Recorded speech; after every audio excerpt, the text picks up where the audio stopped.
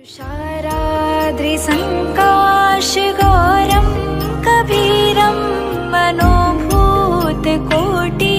प्रभाश्रीशरीरं स्फुरन्मौलिकल्लोलिनी चारुगङ्गा लसत्फालबालेन्दुकण्ठे भुजङ्गा. A warm welcome to all the devotees on Raksha Sutra English. We are going to narrate wonderful holy stories to all the devotees from the book Miracles of Love by Ramdas ji, an exclusive devotee of Maharaj ji. Please listen carefully, all the devotees.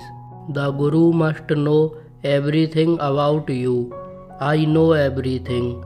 Why do I know? Not only was Maharaj ji watching over us, but he could easily see within us as well. And that was quite a different matter. To realize that someone has access to the secret compartments of your mind is unnerving. It gives rise to a type of intimacy that is unparalleled in most of our human relationships. Those of us who are close to another person often sense what the other is feeling. When we have come to know the way another thinks, we may even be able to guess what is on his or her mind. But there are so many tiny, subtle thoughts, and many of these are censored almost the moment they come to mind, because they would be socially unacceptable or even unacceptable to our own conscious image of ourselves. To realize that someone has access even to these thoughts immediately puts you at an extraordinary disadvantage. As if your opponent had broken your code, you are so vulnerable. But of course, it is also incredibly exciting to meet another consciousness in such an intimate way. And with Maharaj ji, added to this was a quality of unconditional love coming from the other, as if he were saying to you, I know all about you and I love you. The most precious things about Maharaj ji cannot be described in stories, like massaging his legs. If I had a useless thought as I was massaging him, he would pull my hand away, and then when I would recenter my mind, he would put my hand back. In those subtle ways, he would teach you. The first time my wife met Maharaj ji was among a crowd at the India hotel. Maharaj ji had not spoken to her, and after some time she was thinking that she should be home preparing tea for me, which she did every day at that time. Maharaj ji was distributing sweets, and suddenly he turned to her and said, You go home now. Your husband is waiting for his tea. When I first was new to him, he had just had his head shaved, and I thought how I would love to kiss him right on the top of his head. And one darshan shortly after that, he took me into his room. Giggling and laughing, he sort of doubled over, and in so doing presented me the top of his head. There was nothing I could do but to kiss it, and I recognized at that moment that my desire was being granted. I always talked to Maharaj ji in my mind. When he was embarrassing somebody, I would think, Oh, Maharaj ji, don't do that. Then he would look at me and respond, so I knew he was hearing me.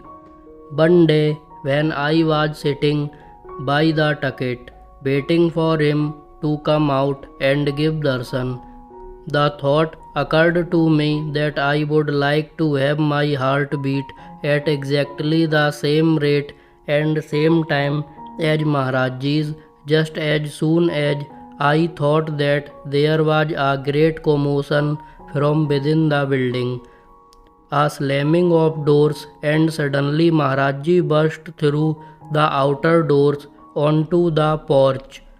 He briskly took his seat on the tucket and sat directly in front of me, his chest only some 6 inches away. I could feel my heartbeat and remained in constant consciousness of my heart beating in tune with his for some time.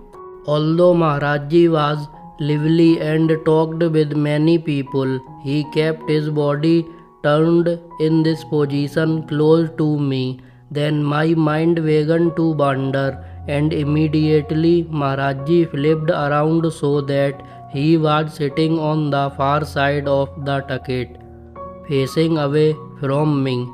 Stunned, the thought flashed through my mind, Maharajji, if that really happened, look at me. Quick as a flash, he glanced directly at me and then away once more. He didn't look at me again for the rest of the darshan. Maharajji played with my desires so subtly, I might spy an apple on his bench before he would appear for darshan, and I would think how much I would like that apple and how long it was since I would had an apple. Then Maharajji would appear and he would seem to make a point of throwing me that very apple. But of course, he would be throwing other devotees other pieces of fruit, so you could never be sure. I would always just think, isn't that interesting? Once when I was living high up in the hills behind the temple where it was very cold, I heard from some newly arrived devotees about a space blanket used by the astronauts that was very warm and weighed only a few ounces. In my old hut, I kept thinking about how nice it would be to have such a blanket. The next morning, I came to the temple and was having tea with another devotee who was clearing out his rucksack. He threw this thing at me and said, "Here, why don't you take this? It's a space blanket that I never use." When such things kept happening to me, I thought that if Maharajji was going to gratify all my desires, I ought to start asking for more important things like a little compassion. Key to the Mind section is long, so further stories will be narrated to all devotees in next episode. To listen the wonderful holy stories of Maharajji, please like, share, subscribe the channel and don't forget to ring the bell icon. Write in the comment box, Jai Neem Karoli Babaji Maharaj.